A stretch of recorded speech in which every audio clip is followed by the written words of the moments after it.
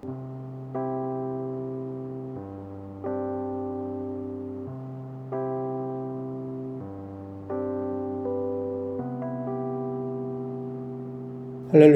5월 1일 금요일 새벽 예배 오신 성도님들을 주님의 이름으로 환영합니다. 이 시간 하나님 주시는 은혜와 평강이 충만한 시간이 되시기를 주님의 이름으로 축복합니다. 함께 찬송가 36장 주 예수 이름 높이어 찬송하심으로써 오늘 새벽 예배를 시작하도록 하겠습니다.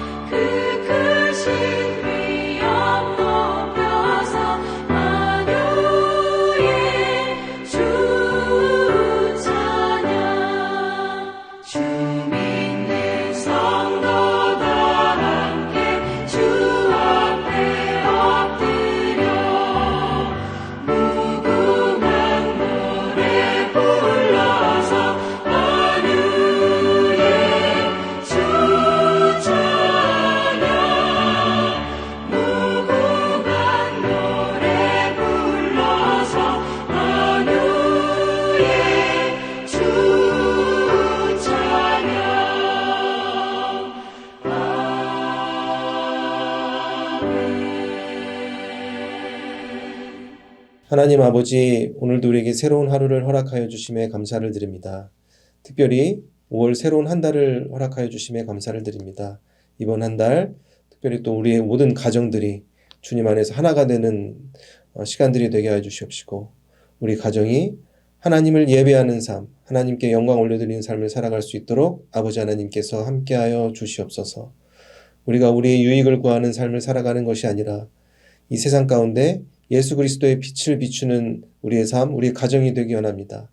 아버지 하나님께서 늘 우리 마음 가운데 우리 가정에 예수님께서 주인이 되어주셔서 주님이 원하시는 길을 믿음으로 날마다 걸어갈 수 있는 우리의 모든 가족들 될 수 있도록 아버지 하나님께서 우리의 삶을 인도하여 주시옵소서. 이 시간에 에스라서의 말씀을 다시 봅니다. 하나님의 말씀을 볼 때 우리의 마음문을 열어주시고 에스라 제사장과 같이 하나님의 뜻을 그 말씀 안에서 발견하고 하나님을 날마다 경험하는 삶을 살아갈 수 있는 우리 모두가 되게 하여 주시옵소서. 이 모든 것에 감사드리며 살아계신 주 예수 그리스도의 이름으로 기도하옵나이다. 아멘.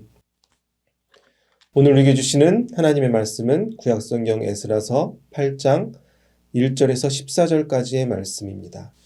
아닥사스다 왕이 왕위에 있을 때 나와 함께 바벨론에서 올라온 족장들과 그들의 계보는 이러하니라. 비느하스 자손 중에서는 게르솜이요, 이다말 자손 중에서는 다니엘이요, 다윗 자손 중에서는 핫두스요, 스가냐 자손 곧 바로스 자손 중에서는 스가랴니, 그와 함께 족보에 기록된 남자가 150명이요, 바핫 모압 자손 중에서는 스라이아의 아들 엘여호에네니, 그와 함께 있는 남자가 200명이요, 스가냐 자손 중에서는 야하시엘의 아들이니 그와 함께 있는 남자가 300명이요. 아딘 자손 중에서는 요다단의 아들 에벳이니 그와 함께 있는 남자가 50명이요. 엘람 자손 중에서는 아달리아의 아들 여시아니 그와 함께 있는 남자가 70명이요. 스바다 자손 중에서는 미가엘의 아들 스바다니 그와 함께 있는 남자가 80명이요. 요압 자손 중에서는 여이엘의 아들 오바다니 그와 함께 있는 남자가 218명이요. 슬로밋 자손 중에서는 요시바의 아들이니 그와 함께 있는 남자가 160명이요. 베베 자손 중에서는 베베의 아들 스가랴니 그와 함께 있는 남자가 28명이요. 아스가 자손 중에서는 학가단의 아들 요하나니니 그와 함께 있는 남자가 110명이요. 아도니감 자손 중에 나중된 자의 이름은 엘리벨렛과 여우엘과 스마야니 그와 함께 있는 남자가 60명이요.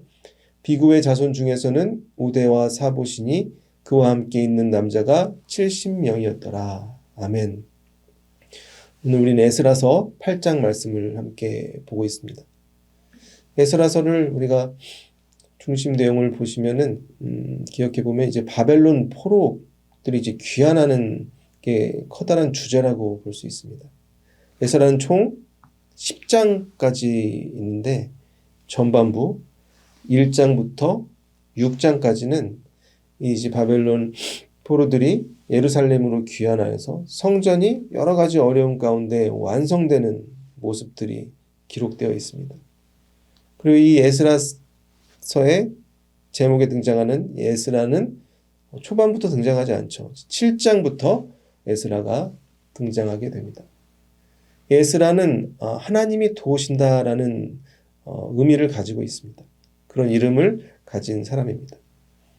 우리는 보통 에스라를 성경학자로 많이 기억을 하게 되죠. 한국에서도 신학생들이 또 신학교에서 성경을 배우지만 더욱더 깊이 공부하기 위해 막 가는 학교들이 많이 있는데 그 중에서 대표적인 학교 이름이 에스라 성경학교라는 곳도 있습니다. 이와 같이 에스라는 하나님의 말씀을 이렇게 깊게 연구하고 잘 아는 사람으로 많은 사람들에게 기억되고 있습니다. 에스라서를 보시면은 이제 유대 민족이 바벨론 포로로 끌려왔다가 70년이 지난 시간 다음에 이제 예루살렘으로 총 귀환하는 장면이 총 3번 등장하게 됩니다. 총 3회에 거쳐서 바벨론 포로 귀환이 이루어지는데 첫 번째로 이제 귀환했을 때는 그들의 리더는 수룹바벨이었죠.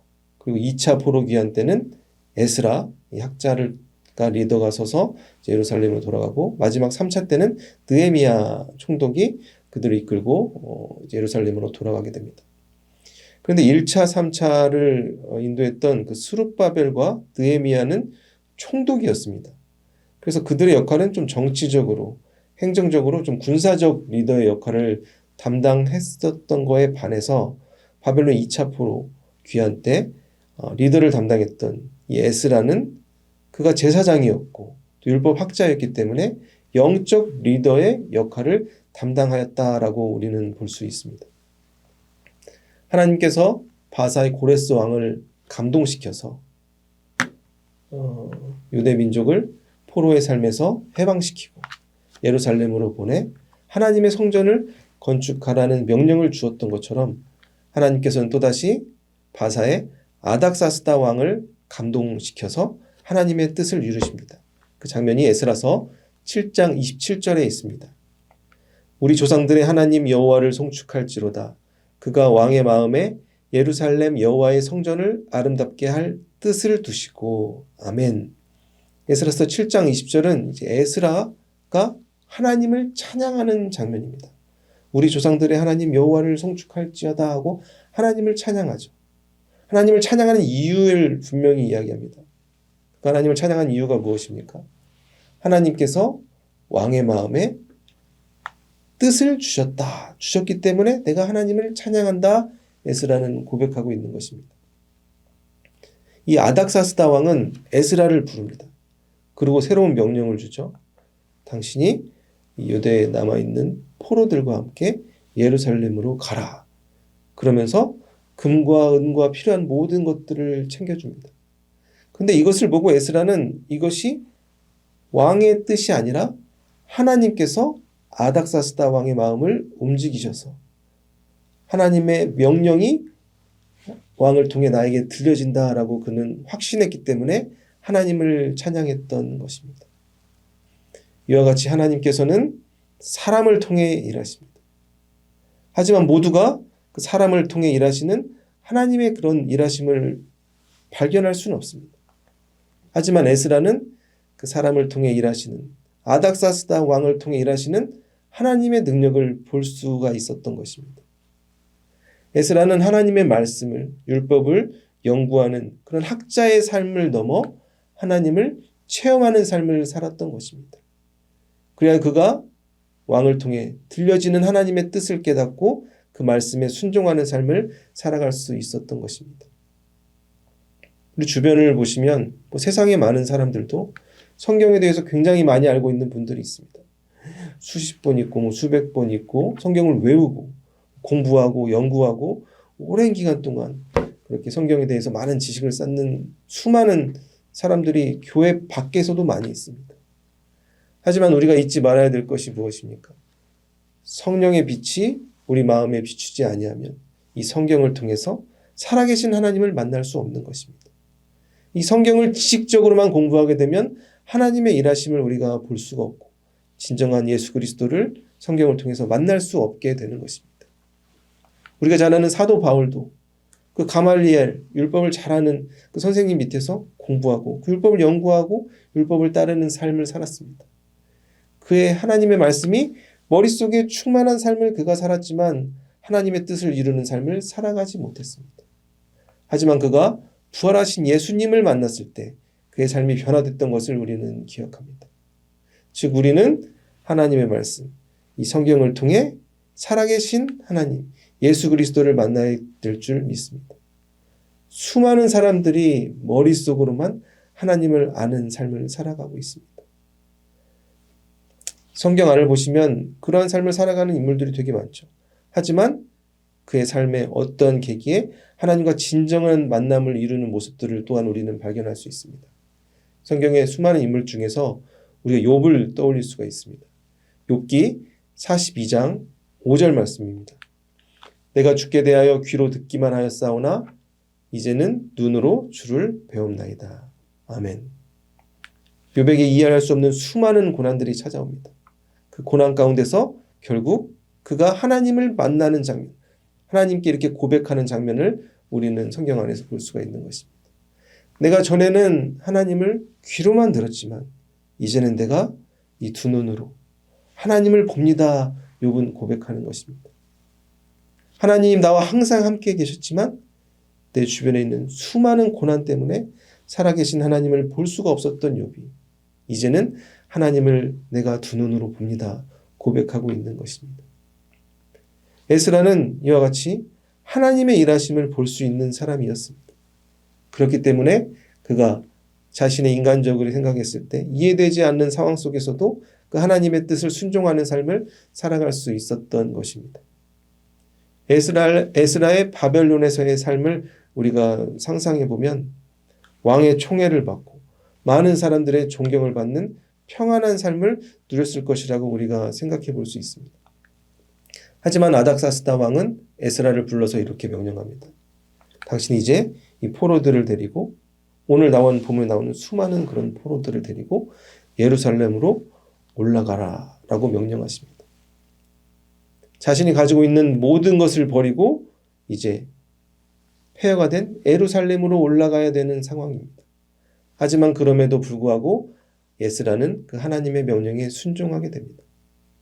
그가 그렇게 하나님의 명령에 순종할 수 있었던 이유가 무엇입니까?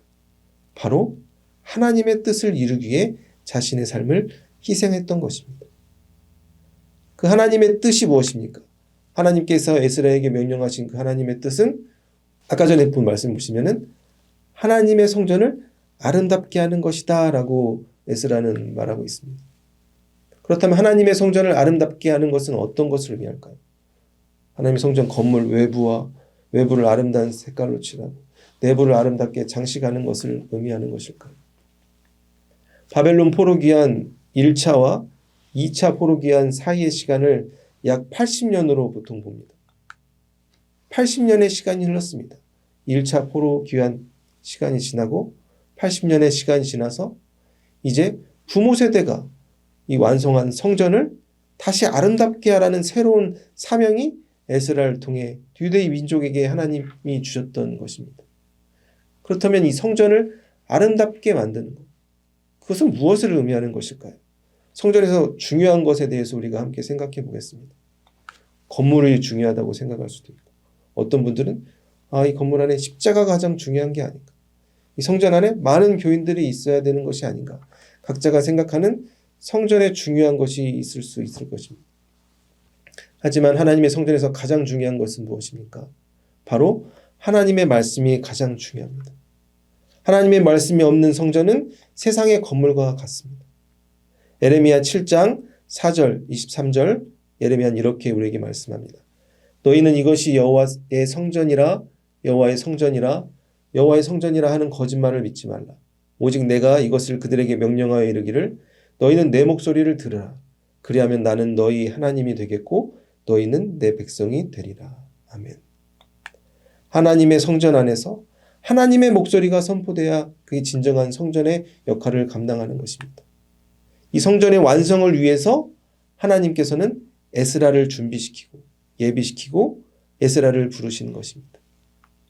이제 완성된 이 성전을 하나님의 말씀으로 채워질 때 이 성전이 아름답게 하나님의 뜻을 감당할 수 있게 된다. 하나님은 계획하셨던 것입니다. 성전은 단순한 건물이 아닙니다. 사도 바울은 고린도전서 3장 16절에 이렇게 우리에게 말씀합니다. 너희는 너희가 하나님의 성전인 것과 하나님의 성령이 너희 안에 계시는 것을 알지 못하느냐. 아멘.